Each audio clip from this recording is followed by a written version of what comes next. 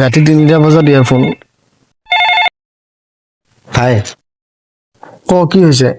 আচ্ছা ছোৱালীবোৰে যদি ছোৱালী পাৰফিউম পছন্দ কৰে আমি সিহঁতক ইমপ্ৰেছ কৰিবলৈ জেন্টছ পাৰফিউম কিয় ইউজ কৰোঁ শুই থাক কেলা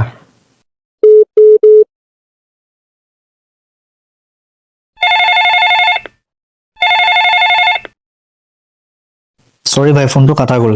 নহয় ভাই ফোন মই কাটিছো কি হ'ল ক আচ্ছা ভাই কমলা যদি কমলা ৰঙৰ হয় কল কিয় হালধীয়া নহয় ফাং খালি নাই তেনেহ'লে টোপনি যা আৰু মোকো টোপনি যাব দে এটিটিউড